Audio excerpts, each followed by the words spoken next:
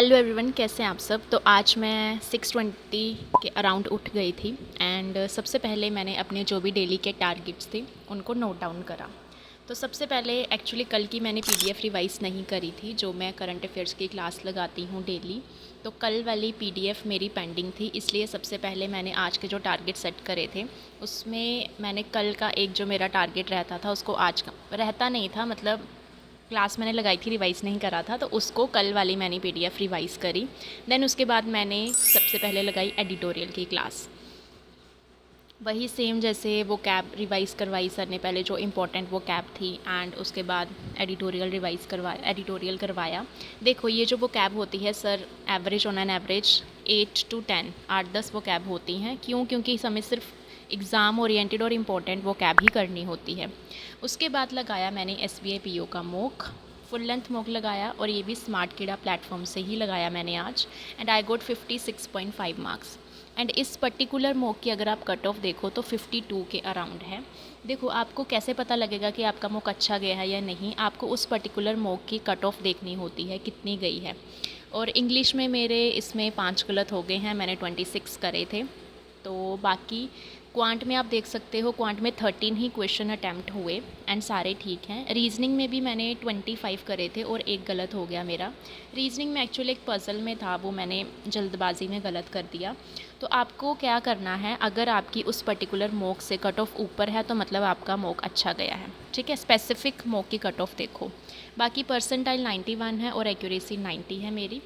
उसके बाद मैंने लगाई अपनी सीए की क्लास, वही जो मैं डेली क्लास लगाती हूँ, उसको मैंने कंप्लीट करा। पहले सर ने एमसीक्यूज़ करवाए थे एंड फिर 1 पेज फॉर्मेट में जो शॉर्ट फॉर्म में पूरी न्यूज़ वगैरह करवाते हैं सर, वो करवाई थी। आज वाली क्लास में सर ने एक्चुअली रिवीज़न जो होती है उस तरीके की नहीं हो पाई, बट क्लास हो गई थी आज वाली। इसके बाद मैंने ये क्लास निपटाने के बाद लगाई मैंने ये जो मैं कैटेगरी वाइज रिवाइज़ कर रही हूँ करंट अफेयर्स अप्रैल मई जून मंथ का।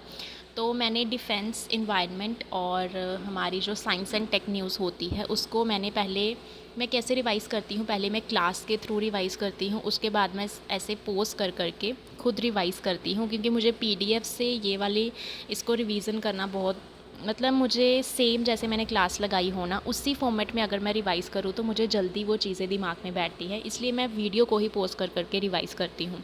उसके बाद मैंने ये आईबीपीएस पीओ का मॉक लगाया है रीजनिंग का। ये मैंने टॉपिक मॉक लगाया है जो फ्लोर बेस्ड पज़ल होती हैं। इसमें 2 पज़ल्स थी, 10 मार्क्स का था ये, और दोनों मैंने कर ली थी, टाइम से पहले हो गई थी।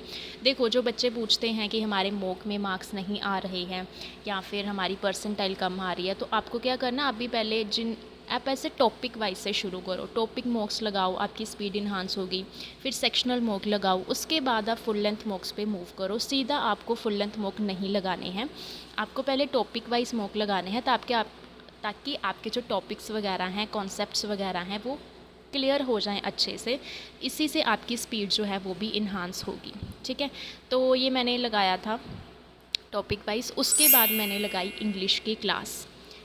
ये आई थिंक 10th पार्ट है जो टॉप 300 सर सीरीज़ चला रहे हैं वाईटी पे, 300+ सीरीज़ वाला। तो ये मैंने क्लास लगाई। एक्चुअली मैं सर की क्लास को थोड़ा स्पीड से कर, मतलब 1.25 या कभी कभी 2 की स्पीड से भी देखती हूँ, क्योंकि मुझे आदत है, मुझे ऐसा लगता है कि सर थोड़ा स्लो, मतलब स्लो भी नहीं कह सकते, बट मुझे आदत है मैं स्पीड उस करके ही 1.25 या 1.5 करके ही देखती हूँ। इससे मुझे जल्दी हो जाती हैं चीज़ें, दिमाग में बैठ जाती हैं। तो ये वाली क्लास लगाई मैंने।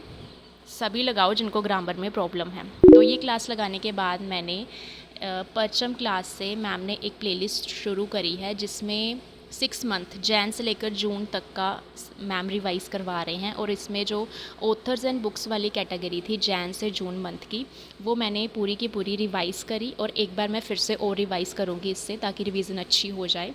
उसके बाद जो मैंने आज क्लास लगाई थी उसकी पीडीएफ मैंने रिवाइज़ करी। देखो अगर आप क्लास लगा रहे हो तो पीडीएफ रिवाइज़ करना भी बहुत ज़रूरी है, इसलिए मैंने क्लास लगाने के बाद पीडीएफ रिवाइज़ करी, और इसी के साथ मेरे आज के सारे टारगेट्स हो जाते हैं complete. And don't forget to subscribe the channel.